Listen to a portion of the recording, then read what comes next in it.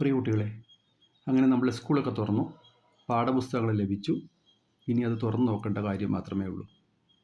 തുറന്നു നോക്കുന്നതിനെക്കുറിച്ച് പറയുമ്പോൾ ആദ്യം കണക്കിനെക്കുറിച്ചായിരിക്കും നിങ്ങൾ ചിന്തിച്ചിട്ടുണ്ടാവുക. അയ്യോ, ഇതെങ്ങനെ പഠിക്കും എന്നൊരു ആവലാതി ഇപ്പോഴേ നിങ്ങളുടെ മനസ്സിൽ ഉണ്ടാകാം. എല്ലാവരുടെയുമല്ല, കുറച്ച് പേരുടെ. ഞാൻ പറയുന്നു, അതിൻ്റെ ആവശ്യമൊന്നും തന്നെ ഇല്ല. കണക്ക് കണ്ടും കേട്ടും അറിഞ്ഞും മനസ്സിലാക്കിയും പഠിച്ചാൽ എളുപ്പമായിരിക്കും.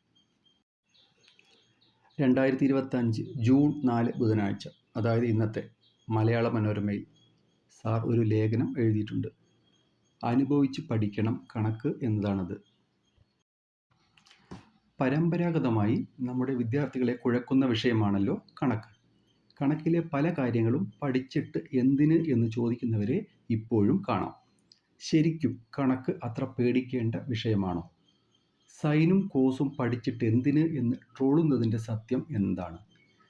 നമ്മൾ ആകാശത്തേക്ക് ഒരു കല്ല് എടുത്തെറിഞ്ഞാൽ അതിൻ്റെ സഞ്ചാരപഥം പരാബോള എന്ന ഗണിത സങ്കല്പമാണ്.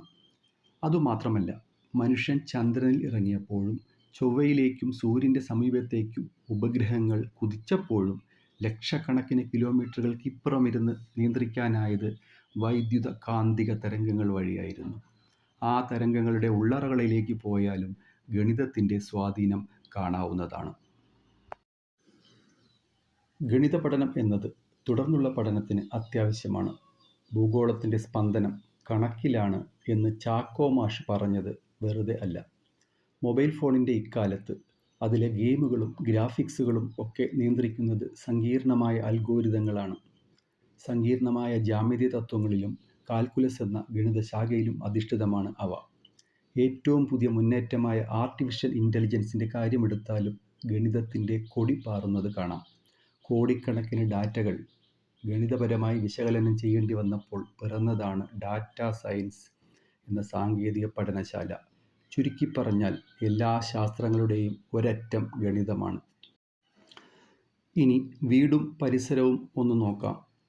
ചതുരരൂപാകൃതിയിലുള്ള ചുമരുകളും ജനാലകളും, ചതുരസ്തംഭാകൃതിയിലോ വൃത്തസ്തംഭാകൃതിയിലോ ഉള്ള തൂണുകളും വാർപ്പുകളും, മുറ്റത്താണെങ്കിൽ വൃത്താകൃതിയിലൊരു കിണറും. കിണർ വൃത്താകൃതിയിലാകുന്നതിൻ്റെ കാരണം എന്താണ്? കുഴിക്കാൻ എളുപ്പമാണ്, ഇടിഞ്ഞു വീഴില്ല എന്നൊക്കെ പറയുമായിരിക്കും. അതും ശരിയാണ്. പക്ഷേ അതിനപ്പുറം വൃത്തത്തിനൊരു പ്രത്യേകതയുണ്ട്. കുറഞ്ഞ ചുറ്റളവിൽ പരമാവധി വിസ്തീർണം തരുന്ന രൂപമാണത്. ചതുരാകൃതിയിലുള്ള ഒരു റൂമിൻ്റെ നീളവും വീതിയും കാണാൻ ടൈൽ എണ്ണി നോക്കിയാൽ മതി. എന്നാൽ രണ്ട് മൂലകൾ തമ്മിലുള്ള ദൂരം അളക്കാതെ തന്നെ നമുക്ക് കാണാനാകും.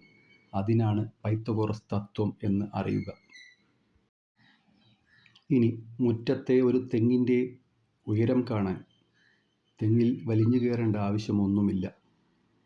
കയ്യിലൊരു പ്രൊട്രാക്ടറും ത്രികോണമിതിയിലെ ടാൻ എന്ന് പറയുന്ന അളവും ഉണ്ടെങ്കിൽ നമുക്കത് സുഖമായി കാണാവുന്നതേ ഉള്ളൂ. ചുരുക്കി പറയുകയാണെങ്കിൽ, അറിഞ്ഞു പഠിക്കുകയാണെങ്കിൽ, ഇഷ്ടപ്പെട്ട് പഠിക്കുകയാണെങ്കിൽ മനോഹരമായൊരു വിഷയമാണ് കണക്ക്. അത് നിങ്ങൾക്ക് ഭാവിയിൽ ഒരുപാട് ഗുണം ചെയ്യുന്നതാണ്.